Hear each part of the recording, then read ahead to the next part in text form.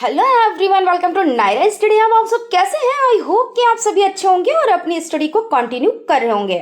Friends, आज के video lecture में हम लोग बाल विकास जो आपका सब्जेक्ट हो जाता है, यानी बाल विकास एवं सीखने की प्रक्रिया, इसके लघुत्तरीय प्रश्नों की सीरीज को कंटिन्यू करेंगे। इसमें सबसे पहले आज क्या पढ़ेंगे? इसमें अवधान एवं अभिरुचि पढ़ेंगे। ये अवधान क्या होता है, अभिरुचि क्या होती है, इसके बारे में जानेंगे। उसके बाद डिस्कस करेंगे, इससे रिलेटेड और भी क्वेश्चन सॉल्व करेंगे। उसके बाद और क्वेश्चन जो हैं उनको कंटिन्यू करेंगे। सो वीडियो में लास्ट तक बने रहिएगा, वीडियो को बिल्कुल भी स्किप ना कीजिएगा, ठीक है ना। तो फ्रेंड्स चलते हैं। सबसे पहले देखते हैं, अवधान व अभिरुचि एक सिक्के के दो पहलू हैं, स्पष्ट कीजिए। या आपका हो जाता है क्वेश्चन, ध्यान यानी अवधान एवं रुचि में क्या संबंध है। अब यहाँ पे आपने अवधान एवं अभिरुचि देखी, उसके बाद अथवा में आपने देखा ध्यान, जिसको अवधान कहते हैं, ठीक है। और अभिरुचि, अब आपने अभिरुचि जैसे ही देखी कि रुचि तो हम जानते हैं जो इंटरेस्ट होता है, लेकिन अभिरुचि क्या चेंज है? क्योंकि जब पहली बार पढ़ो तो ऐसा लगता है कि रुचि अलग है, अभिरुचि अलग है, लेकिन ऐसा कुछ भी नहीं है। जो इंटरेस्ट होता है, यानी जो आप किसी चीज को करने में रुचि लगाते हैं, रुचि दिखाते हैं कि हमें इसको सीखने में बड़ा ही इंटरेस्ट है, तो वही आपका क्या हो जाता है, अभिरुचि हो जाती है। और ध्यान, जब आप कोई वर्क करेंगे, उस पर ध्यान लगाएंगे, तभी तो चीजों को सीख पाएंगे। यानी क्या है, बिना ध्यान लगाए आप चीजों को नहीं सीख सकते, प्लस आप अगर उसमें इंटरेस्ट नहीं लेंगे तो नहीं सीख पाएंगे। यानी मान के चलिए एक ही सिक्के के दो पहलू हैं, है ना। क्योंकि भाई वही चीज की ध्यान लगाएंगे तब रुचि आएगी, रुचि है अगर तभी तो आप ध्यान लगाएंगे। अभी आप क्लास अटेंड कर रहे हैं तो क्या है, जब आप इंटरेस्ट ले रहे हैं कि नायरा मैम का क्लास आ रहा है और टाइम हो चुका है और हम इसमें क्या करेंगे, हमें इंटरेस्ट है, हमें इसमें रुचि है, ठीक है, तो आप क्या करेंगे, ध्यान से क्लास को पढ़ेंगे। और अगर रुचि ही नहीं तो ध्यान से पढ़ेंगे क्या, ठीक है। तो यहाँ पे ये चीज हो जाती है। तो आपने तो ऐसे ही इसको सॉल्व कर लिया। फिर भी हम देख लेते हैं किताबी भाषा में भी कि आपको हो जाता है, अवधान और अभिरुचि का घनिष्ठ संबंध है।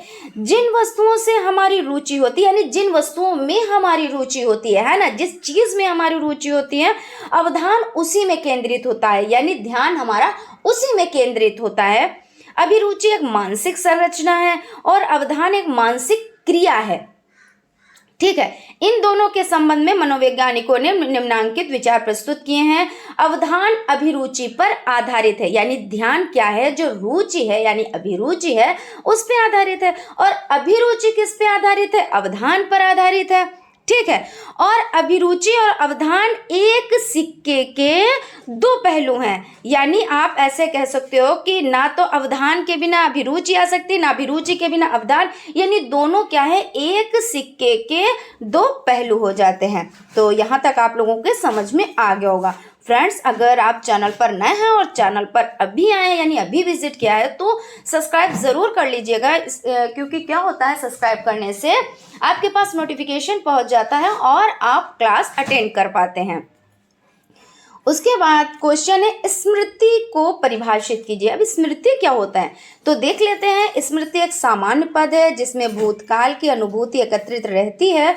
जनसाधारण के मोबाइल में पड़ने वाली मेमोरी कार्ड से स्मृति का अर्थ स्पष्ट हो जाता है। मेमोरी कार्ड में बहुत सी ऑडियो तथा वीडियो क्लिप को संग्रहित किया जाता है। मेमोरी कार्ड की अपनी निर्धारित संग्रहण क्षमता होती है। मेमोरी कार्ड की क्षमता पूर्ण हो जाने पर नई सामग्री को संग्रहित करने के लिए पुरानी सामग्री का विलोपन करना अनिवार्य होता है। अब भाई क्या होता है, मेमोरी फुल हो जाती है तो उस पर लिख के भी आ जाता है, बाकी आपको क्या करना होता है, नई चीजें डालने के लिए पुरानी चीजों को आपको क्या करना होता है, डिलीट करना होता है। यही चीज तो हो जाती है ना। इस प्रकार मानव स्मृति की भी व्याख्या की जा सकती है। मानव स्मृति की भी क्षमता सीमित होती है और इसके दो पक्ष होते हैं, एक सकारात्मक पक्ष और जिसे हम स्मरण, तथा नकारात्मक पक्ष जिसे हम विस्मरण करते हैं। स्मरण से तात्पर्य स्मृति में संग्रहित किसी विषय वस्तु को याद करने से है, जबकि विस्मरण से तात्पर्य संग्रहित विषय वस्तु को याद करने की असमर्थता से हो जाता है, ठीक है ना। उसके बाद आपका हो जाता है स्मृति के प्रकार बताएं, यानी स्मृति के कौन कौन से प्रकार हैं, है ना। तो इसमें हम लोग देख लेते हैं स्मृति अनेक प्रकार की होती है। कैसी कैसी होती है? तो सक्रिय, जब कोई तथ्य तथा घटना आवश्यकता पड़ने पर तुरंत स्मरण हो जाती है, इसमें ऐसी स्मृति को क्या कहते हैं? सक्रिय स्मृति। देखिए कोई चीज होती है तो क्या होता है, तुरंत उसको स्मरण कर लिया जाता है, वो स्मरण हो जाती है, यानी वो क्या होता है, तो वो सक्रिय स्मृति होती है। उसके बाद आपका हो जाता है निष्क्रिय स्मृति।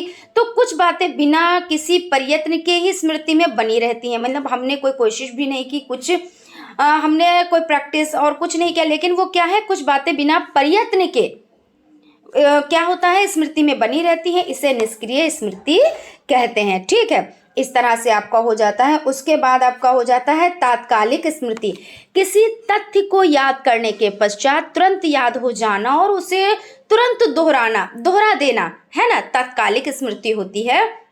और स्थायी स्मृति क्या होती है?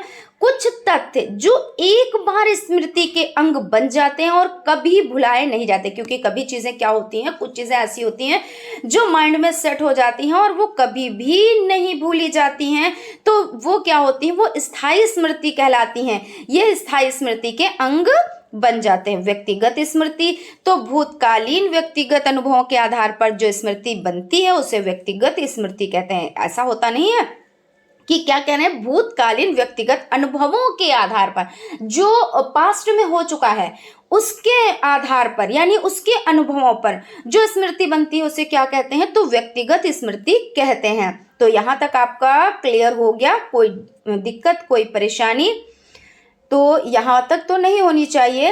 अव्यवस्थित स्मृति, देखिए हर एक जितनी भी स्मृति है सब नाम ही से पता चल रहे हैं। अब इसमें अव्यवस्थित है, पुस्तकों अथवा दूसरे व्यक्तियों से सुनकर जो बातें सीखी जाती हैं वे किसमें आती हैं, वे अव्यक्तिगत स्मृति में आती हैं। यानी क्या है, पुस्तकों द्वारा हम जो सीखते हैं या दूसरों के द्वारा, दूसरे व्यक्तियों के द्वारा हम सुनकर सीखते हैं, वो अव्यक्तिगत स्मृति में आती हैं। तार्किक स्मृति, इस प्रकार की स्मृति का आधार तर्क या चिंतन होता है। तर्क के आधार पर सीखी वस्तु तार्किक स्मृति कहलाती है, यानी तर्क के आधार पर, ठीक है ना।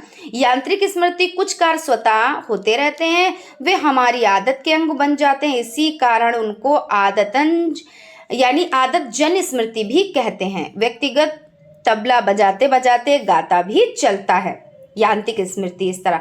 रटंत स्मृति, जो तथ्य रटकर याद किए जाते हैं वे रटंत स्मृति कहलाते हैं। देखिए हर एक चीज नेम से ही क्लियर होती चली जा रही है। शारीरिक स्मृति, इसे भी एक प्रकार की यांत्रिक स्मृति कहा जाता है। नृत्य करना, टाइप करना तथा साइकिल चलाना इसी प्रकार की स्मृति है। शुद्ध स्मृति, जिस क्रिया के द्वारा ज्ञान व्यवस्थित ढंग से सीखा जाता है उस स्मृति को शुद्ध स्मृति कहते हैं। इस प्रकार की स्मृति को सबसे अच्छी स्मृति कहा जाता है। ठीक है, अब यहाँ पे देख लेते हैं विस्मृति का अर्थ बताएं। अब ये विस्मृति क्या होता है, ये कितने प्रकार की होती है, तो देख लेते हैं। विस्मृति भूतकालीन अनुभवों तथा ज्ञान को वर्तमान चेतना में लाने की असफलता को ही विस्मृति कहते हैं। जब हम अर्जित अनुभूतियों को पुनः स्मरण करने में असफल रहते हैं तो इस असफलता को ही विस्मृति कहा जाता है। विस्मृति के स्वरूप को और अधिक स्पष्ट करने के लिए हम यहाँ पर विस्मृति की कुछ परिभाषाएं प्रस्तुत करेंगे। परीक्षा में कुछ बालक याद किए हुए पाठ को भूल जाते हैं। वे उस पाठ को स्मरण करने की चेष्टा करते हैं परंतु अपने प्रयास में वे सफल नहीं होते। शिक्षकों द्वारा पीटने, झिड़कने या निंदा करने में बालक और भी अधिक भूल जाते हैं। ये क्या होता है, ये विस्मृति। अब विस्मृति के प्रकार कितने होते हैं, तो विस्मृति दो प्रकार की होती है, सक्रिय विस्मृति और क्या होता है, निष्क्रिय विस्मृति। तो सक्रिय विस्मृति में कभी कभी हम किसी अनुभव या घटना को स्मृति से निकालने का प्रयास करते हैं। हम किसी तथ्य को भुलाने का प्रयास करते हैं। दुखद अनुभव यदि मस्तिष्क से ना निकल जाए तो व्यक्ति सामान्य व्यक्त नहीं रह सकता। फ्रायड कहता है कि हम विस्मृति की क्रिया के द्वारा अपने दुखद अनुभवों को स्मृति से निकालने का प्रयास करते हैं। यानी क्या होता है, जब कोई हमें दुखद घटना होती है उसको हम निकालने का प्रयास करते हैं तो यहाँ पे क्या हो जाता है, तो इस प्रकार से नहीं भूलना चाहता है परंतु वह भूल जाता है। यहाँ प्रक्रिया निरंतर चलती रहती है। प्रयास ना करने पर भी भूल जाना निष्क्रिय स्मृति हो जाता है। यहाँ पे देख लेते हैं, पहले यहाँ पे समझ लेते हैं कि विस्मृति की क्रिया के द्वारा अपने दुखद अनुभवों की स्मृति को निकालने का प्रयास करते हैं। इस प्रकार की विस्मृति सक्रिय स्मृति कहलाती है। अब है निष्क्रिय विस्मृति। व्यक्ति किसी तथ्य को याद करता है, याद करने के साथ ही विस्मृति की प्रक्रिया आरंभ हो जाती है। ऐसा स्वाभाविक ढंग से होता है, बिना किसी प्रयास के भी मनुष्य भूल जाता है। ऐसी विस्मृति का कारण मनुष्य स्वयं नहीं होता है। व्यक्ति भूलना नहीं चाहता परंतु वह भूल जाता है। यह प्रक्रिया निरंतर चलती रहती है, क्योंकि कुछ चीजें क्या होता है कि व्यक्ति नहीं भूलना चाहता है फिर भी वो चीज भूल जाता है ना। प्रयास न करने पे भी भूल जाना निष्क्रिय विस्मृति कहलाती है। विस्मृति एक प्रक्रिया है। बालक यदि किसी तथ्य को भूल जाते हैं तो यह कोई अपराध नहीं, इसमें प्रमुख बातें सामने आती हैं। तो इस तरह से आपका ये हो जाता है। देख लेते हैं बाधा का सिद्धांत। बाधा भी विस्मृति का कारण बनती है। एक विषय वस्तु को सीखने के पश्चात जब हम दूसरी विषय वस्तु को याद करते हैं तो बाधा के कारण स्मृति चिन्ह निर्बल हो जाते हैं। इसके फलस्वरूप विस्मृति आरंभ हो जाती है। दमन का सिद्धांत। तो लगभग सभी व्यक्ति दुखद घटनाओं को भूलने का प्रयास करते हैं। सक्रिय विस्मृति में दमन का सिद्धांत ही कार्य करता है। फ्रायड कहते हैं हम विस्मृति की क्रिया के द्वारा दुखद अनुभव को विस्मृति से निकाल देते हैं। व्यक्ति अप्रिय घटनाओं को भूलने का प्रयास करता है। इस प्रकार अप्रिय घटनाओं का दमन हो जाता है और अप्रिय स्मृतियां अचेतन मन में चली जाती हैं। चेतन मन में अच्छी बातों को स्थान देने के लिए हम दमन करते हैं। यानी क्या होता है, जब कोई खराब बात होती है यानी बुरी बातें होती हैं तो उसको क्या किया जाता है, जैसे आप यहाँ पे देख सकते हैं कि व्यक्ति क्या करता है, अप्रिय घटनाओं को भूलने का प्रयास करता है। जो दुखद घटनाएं होती हैं अगर इंसान उसे ना भूल पाए तो वो रह ही नहीं पाएगा, यानी कहने का मतलब वो जिंदा ही नहीं रह पाएगा, है ना। तो वो कहाँ पे चली जाती हैं, तो इस प्रकार अप्रिय घटनाओं का दमन हो जाता है और अप्रिय स्मृतियाँ अचेतन मन में चली जाती। कहाँ पे चली जाती हैं, तो अचेतन मन में चली जाती हैं। चेतन मन में क्या होता है, अच्छी बातों को स्थान देने के लिए हम दमन करते हैं। उसके बाद आपका हो जाता है रुचि का सिद्धांत। इस सिद्धांत के अनुसार जिन घटनाओं में हमारी रुचि नहीं होती उन्हें हम शीघ्र भूल जाते हैं। सामान्यतः स्मृति रुचि पर निर्भर करती है। अनाभ्यास का सिद्धांत। इस सिद्धांत के अनुसार यदि हम सीखी हुई बातों का अध्ययन नहीं करते तो हम उनको भूल जाते हैं। जिन बातों को दोहराया नहीं जाता वे भुला दी जाती हैं। यानी क्या होता है कि जब हम अभ्यास नहीं करते हैं किसी चीज़ का तो क्या होता है, वो बातें भूल जाई जाती हैं और जिसका अभ्यास करते हैं वो बातें याद रहती हैं। उसके बाद आपका हो जाता है व्यक्तित्व की व्याख्या कीजिए। व्यक्तित्व मापन आप किस प्रकार करेंगे, व्यक्तित्व की कोई एक परिभाषा लिखिए। तो व्यक्तित्व क्या है, तो इसमें समझ लेते हैं। व्यक्तित्व शब्द अंग्रेजी भाषा के पर्सनालिटी शब्द का हिंदी रूपांतरण है। ये शब्द लैटिन भाषा के पर्सोना शब्द से लिया गया है, जिसका अर्थ है वेशभूषा या मुखौटा, जिसे नाटक करते समय नाटक के पात्र पहन कर तरह तरह के रूप बदला करते थे। आरंभ में इस शब्द का अर्थ बाह्य आवरण के रूप में लिया जाता था। इस प्रकार व्यक्तित्व शब्द बाह्य गुणों की ओर संकेत करता है। यानी कहने का मतलब यहाँ पे ये हो जाता है कि व्यक्तित्व का मतलब क्या होता है, पर्सनालिटी का मतलब होता है बाहरी मुखौटा या बाहरी चेहरा। जैसे आपने किसी शख्स को देखा, लंबा चौड़ा, अच्छी हाइट है ना, गोरा रंग और अच्छा लिबास पहने हुए है, तो आपने क्या कहा कि पर्सनालिटी कितनी अच्छी है। अब उसके मन में क्या है, उसके माइंड में क्या है, वो कितना बुरा है आप नहीं जान सकते, क्योंकि ऐसा तो है नहीं किसी की पर्सनालिटी अच्छी यानी बाहरी दिखावा अच्छा है तो वो इंसान भी अच्छा हो। या ऐसा भी होता है कि कोई दिखने में नहीं बहुत ज़्यादा सुंदर लगता है या उसका जो वेशभूषा होती है वो नहीं ज़्यादा आकर्षित करती, लेकिन वो इंसान बहुत अच्छा होता है। यहाँ पे खैर इस चीज़ के बारे में हम डिस्कस नहीं कर रहे, बात आई तो यहाँ पे हमने बता दिया। यानी व्यक्तित्व क्या होता है, तो व्यक्तित्व होता है बाहरी दिखावा यानी मुखौटा, जिसको आप मुखौटा भी कह सकते हैं, नकाब भी कह सकते हैं, तो ये चीज़ हो जाती है। व्यक्तित्व के अर्थ को स्पष्ट करने के लिए कुछ आधुनिक परिभाषाएं दृष्टित हैं डैशिल के शब्दों में। तो व्यक्तित्व व्यक्ति के संगठित व्यवहार का संपूर्ण चित्र होता है। आलपोर्ट के शब्दों में व्यक्तित्व व्यक्ति के भीतर उन मनोशारीरिक गुणों का गत्यात्मक संगठन है जो वातावरण के साथ उसका अद्वितीय समायोजन निर्धारित करता है। तो इस तरह से आपका हो जाता है बुद्धि के द्विखंड सिद्धांत का प्रतिपादन किसने किया तथा इससे क्या आशय है। तो द्विखंड सिद्धांत, इस सिद्धांत के प्रतिपादक स्पीयरमैन है। इसके अनुसार प्रत्येक व्यक्ति में दो प्रकार की बुद्धि होती है, सामान्य बुद्धि और विशिष्ट बुद्धि। इस G&S थ्योरी भी, इसे क्या कहते हैं, इसे G और S थ्योरी भी कहते हैं। स्पीयरमैन ने सामान्य योग्यता को विशिष्ट योग्यता से अधिक महत्वपूर्ण माना है क्योंकि यह योग्यता सभी व्यक्तियों में कम या अधिक मात्रा में मिलती है। यह योग्यता व्यक्ति में जन्मजात होती है। विशिष्ट योग्यता का संबंध विशिष्ट कार्यों से होता है। वे योग्यताएं अर्जित की जा सकती हैं। बुद्धि के प्रकार कितने हैं? अमूर्त बुद्धि से क्या आशय है? तो मनोवैज्ञानिक यानी जो मनोवैज्ञानिक हैं उनके बारे में देख लेते हैं। मनोवैज्ञानिक थॉर्नडाइक ने बुद्धि को कई शक्तियों का समूह मानते हुए बुद्धि के निम्नलिखित 3 प्रकार बताए।